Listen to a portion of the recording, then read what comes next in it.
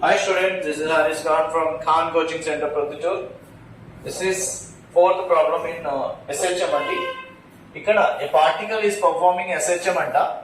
Okay, with an amplitude. Amplitude ante R andi 0.5 meters ichadu.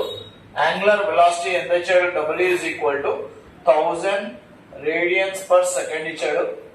అతను find its velocity కనుక్కోవాలండి. ఇక్కడ velocity కనుక్కోవాలా. the distance ఇచ్చేసాడు y is equal to 0.3 meters from its mean position. ఎక్కడైతే start అవుతుందో అక్కడ నుంచి.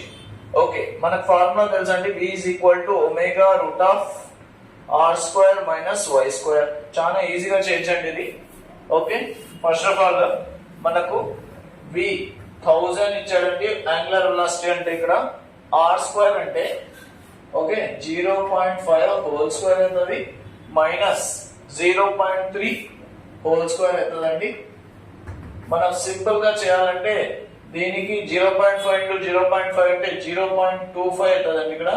ఇక్కడ 0.3 into 0.3 అంటే 0.09 అవుతుంది. ఎప్పుడైతే దీనికి రెండు మైనస్ చేస్తామో ఓకే 0.16 వస్తుందండి. ఓకే, ఇక్కడ 1000 దీనికి వచ్చేసి 0.4 హోల్ స్క్వేర్ రాయొచ్చండి.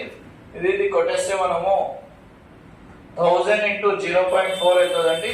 ఇక్కడ మనకి 400 వస్తుంది మీటర్ పర్ సెకండ్ వెలాసిటీ వచ్చేసిందండి. at the velocity at this distance the velocity moves to 400 meter per second move అవుతుందండి.